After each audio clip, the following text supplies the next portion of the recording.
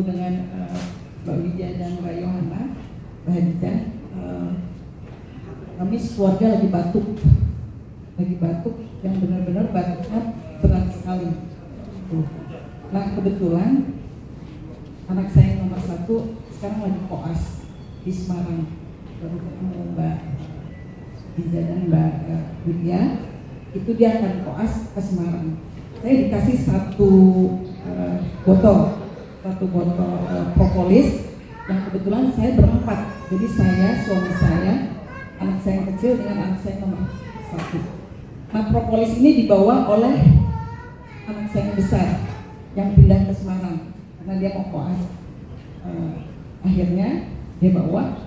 Kita tetap di rumah dengan obat-obat tradisional seperti biasa atau obat batuk yang ada di apotek.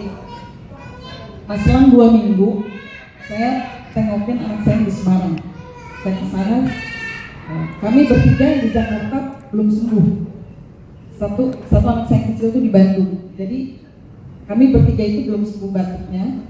Ternyata anak saya alhamdulillah yang bawa propolis ke Semarang itu sudah sembuh. Jadi saya nengokin dia, setelah itu propolisnya masih ada sisa, saya bawa ke Jakarta. Saya minum dengan suami saya, alhamdulillah sudah sembuh. Waduh, luar biasa. Jadi memang manfaatnya lumayan untuk kesehatan. Iya. Terima kasih sekali Ibu. Sebentar Ibu saya